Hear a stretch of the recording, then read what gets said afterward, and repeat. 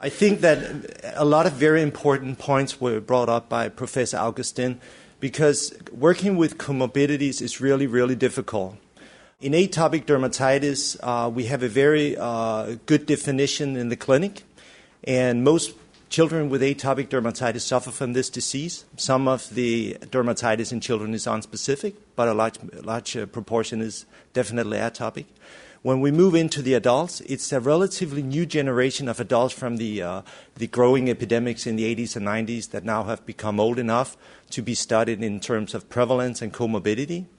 And one of the challenges, as I'll show you in the presentation, is that some of the questionnaires that we use to identify atopic dermatitis, fairly reliable in children, do not work as well in adults. Another concern is, what do we measure here? Because in some of the studies we measure current atopic dermatitis or atopic dermatitis within the recent past.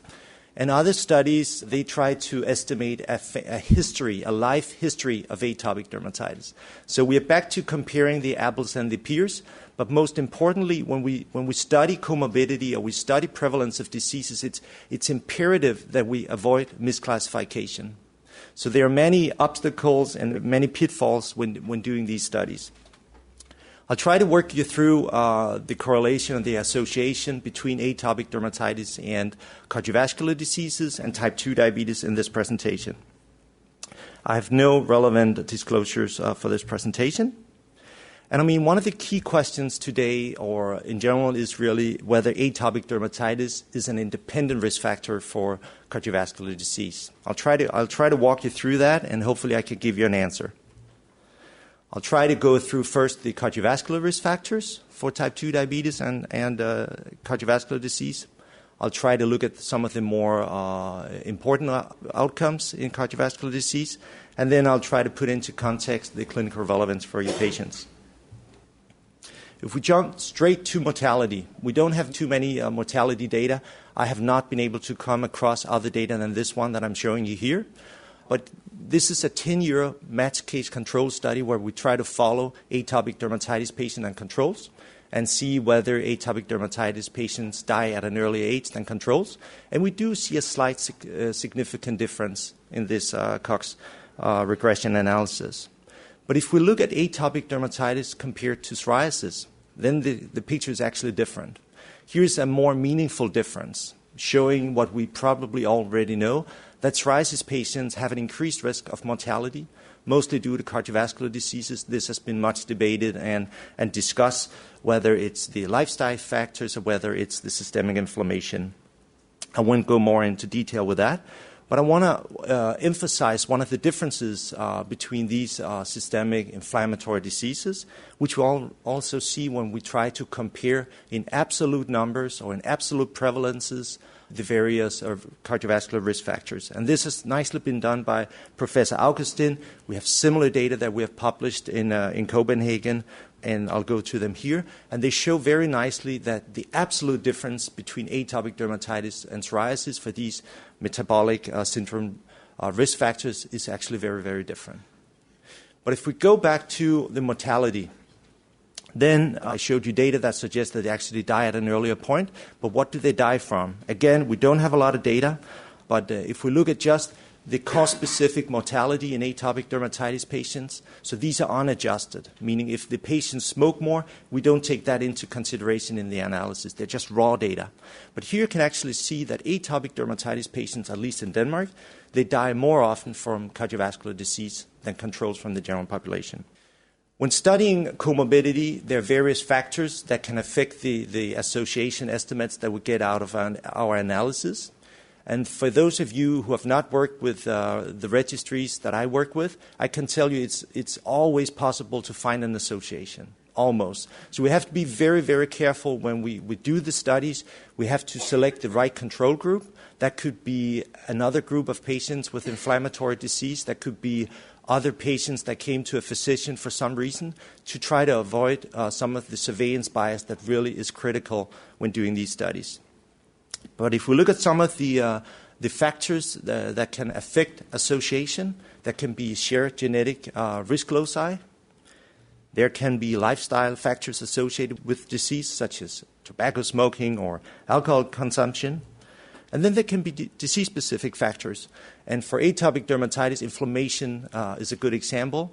We're discussing now whether IL-1 March is something that we need to consider. You know how there are a lot of IL-1, which is a pro-inflammatory cytokine in the skin. They're huge deposits, and how they're released and getting expressed during atopic dermatitis initiation. So that could be possible. We have IL-1 measured as one of the crucial cytokines in inflammatory atherosclerosis. So there could be an IL-1 March with great IL-1 release in the skin, going into the circulation and causing atherosclerosis. And then back to the surveillance bias and the misclassification, which I also already tried to address. Speaking more about misclassification, here are data from a general population study that we did in Copenhagen, having 10,000 individuals in for a health survey and a general health examination. And when we tried to look for the correlation or association between atopic dermatitis in adults based on questionnaire data and various cardiovascular risk factors, we had some sort of a problem. Because when we tried to use the UK Working Party criteria, which were designed for children and used for children successfully, they didn't seem to perform that well in adults. So if you went for 2 minor criteria out of 4, or 3 out of 4, or you instead used the question, has a physician ever told you that you suffer from atopic dermatitis? We actually captured very different groups, giving some concern about what are we actually studying here. Because again, eczema is something common both in children and adults, but what we want to study here is atopic dermatitis to be able to really use the right drug for the right patient in this patient-centered treatment strategy that we're trying to pursue these days. We've tried to use the same UK Working Party criteria in a very large group of patients with psoriasis, but without atopic dermatitis. And guess what? We capture about 20% as if they had atopic dermatitis. So using the UK Working Party criteria, even in adapted versions right now, there's a high risk that we try instead to capture groups who could have increased prevalences of various comorbidities. Again, making our data flawed and making the conclusions wrong. So to try to go through some of the risk factors for atherosclerosis, let's try to first look at some of the most exciting ones. The pro-inflammatory state. This is something which is incredibly interesting, I think, if you look at the emerging data. So the hypothesis or the principles here is that IL-1 beta, which I just said with huge secretion and expression in the skin, it's actually a very, very central cytokine in atherosclerosis. And one of the stimulants of IL-1 beta is IL-1 beta itself. So you have sort of a loop. And then high sensitivity CRP is also something that is fairly accepted as a risk marker for atherosclerotic disease.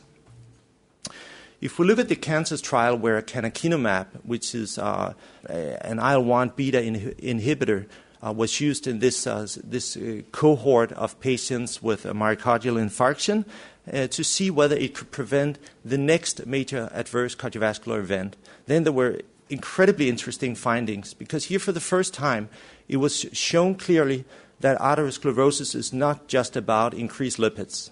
Inflammation plays a central role. And as you can see, the higher dose you used of canakinumab, the more you could suppress high sensitive CRP. And also you could see that those with a high baseline CRP, they actually had the greatest benefit in terms of risk reduction for a new major adverse cardiovascular event. So this clearly shows that IL-1 is central in the risk of major adverse cardiovascular event, and it's likely that IL-1 increased expression in atopic dermatitis could actually play a role here. We have very few data so far where we try really to study these parameters in atopic dermatitis patients.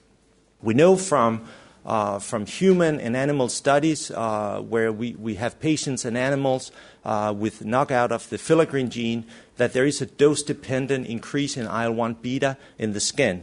So we know, therefore, that with severity and perhaps in particular with filaggrin deficiency, IL-1 beta is increased in the skin. We also know from a very nice study from Finland where a dermatologist had general population, healthy from the general population adults coming in, being examined for atopic dermatitis. So we think it's a very reliable diagnosis here. We know that they had increased high sensitivity CRP. And then we have a nice study from Professor Gottman in about 60 patients with moderate to severe atopic dermatitis, where within the blood they had many upregulated factors for atherosclerosis.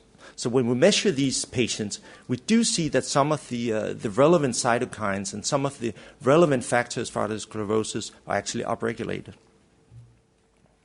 Let's move on to the more traditional risk factors, and then I'll try to get back to how meaningful this is when you translate it into effect on cardiovascular disease.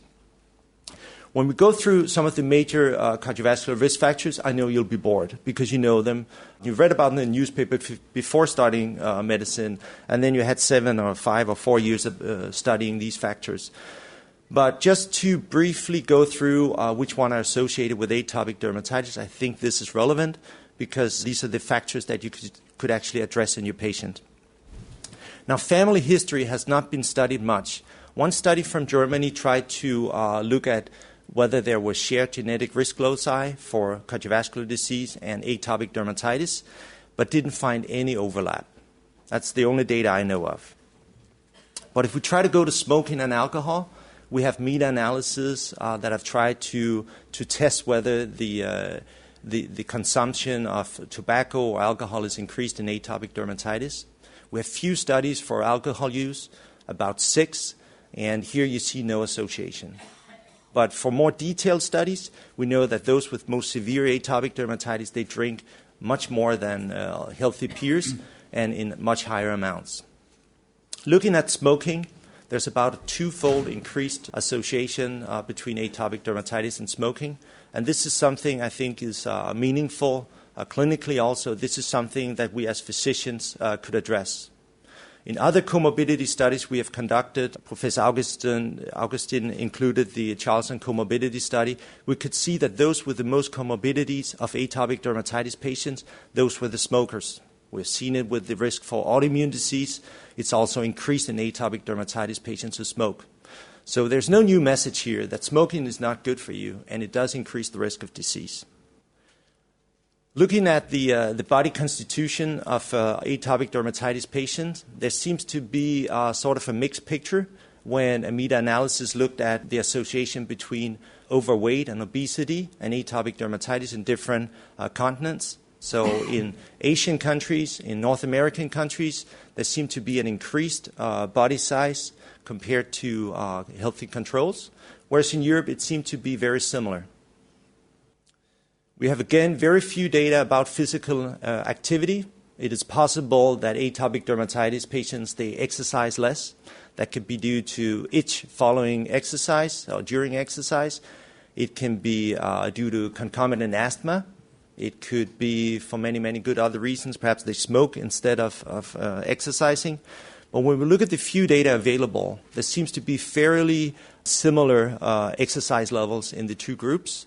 And the study from Sweden didn't capture exercise levels, but more whether you were satisfied with your level of exercise. And they showed that the patients with AD had the same satisfaction as controls.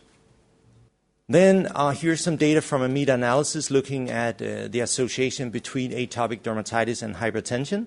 And here you can see there seems to be no association between the two disorders. And then we jump to type 2 diabetes. Type 2 diabetes is increasing, and interestingly, it has been increasing during the same decades as atopic dermatitis. We have very few data that have studied the association between atopic dermatitis and type 2 diabetes. And here again, data are somewhat conflicting, meaning that some studies, predominantly from North America, but also from Denmark, have shown increased association between atopic dermatitis and type 2 diabetes, and other studies have shown no association.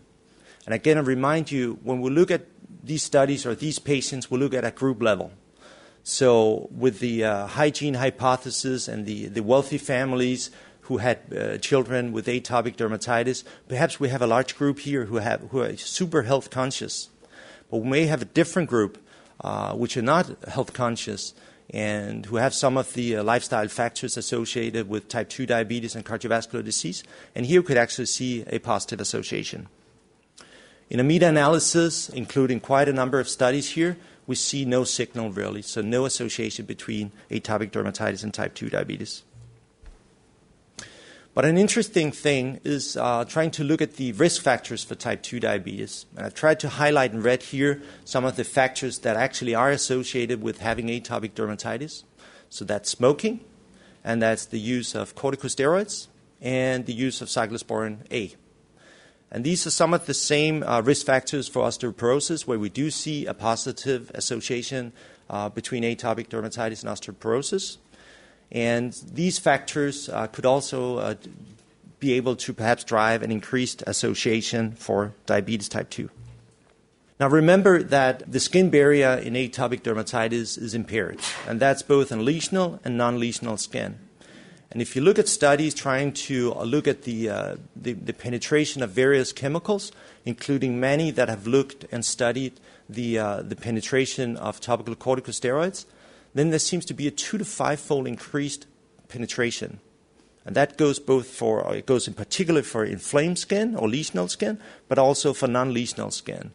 So the barrier is leaky, similar to the leakiness allowing allergens and microorganisms to penetrate, but then also the chemicals that we put on.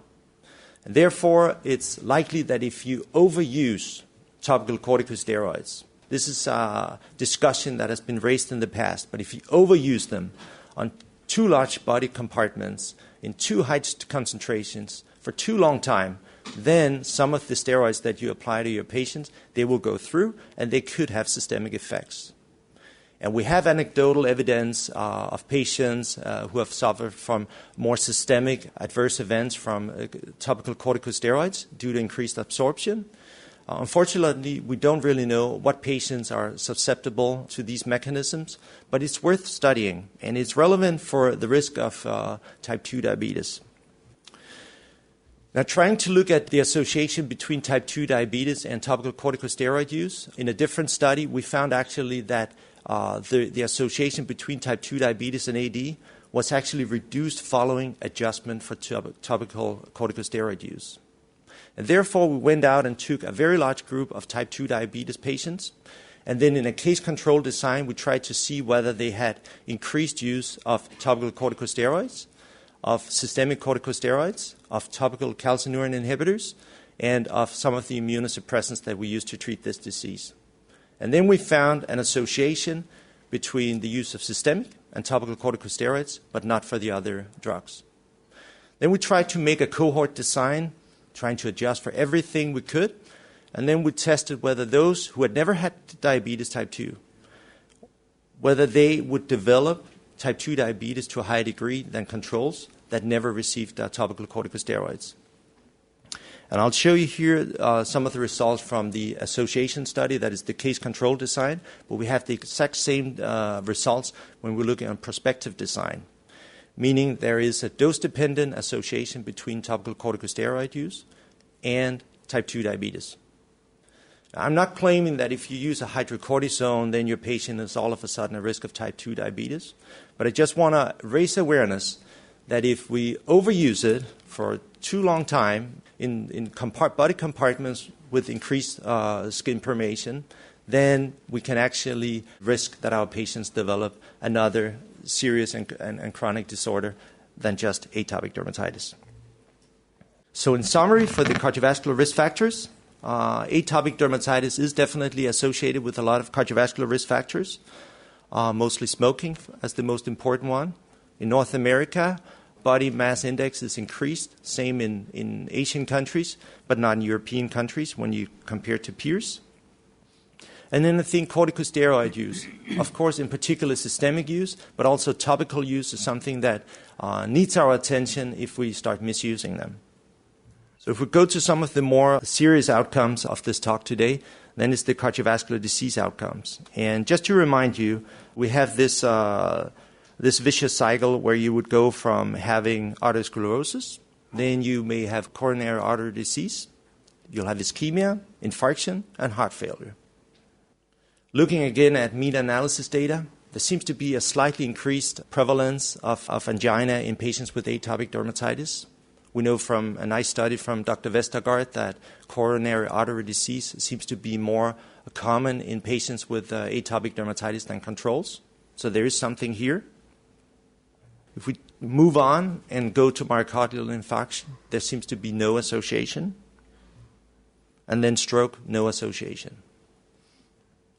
But then the problem when doing these meta-analyses is really, so it's garbage in and it's garbage out. And as I started out saying, like the studies here, some are good quality, some are of more questionable quality, meaning that some studies have studied atopic dermatitis ever, some are current atopic dermatitis, some use questions to establish the diagnosis, others use diagnosis from registries. So it's really garbage in, garbage out. But this is the best we have. One thing that the studies so far have neglected really to study is whether disease severity has an effect on the association with cardiovascular disease. And when the meta-analysis was done, there were no such studies.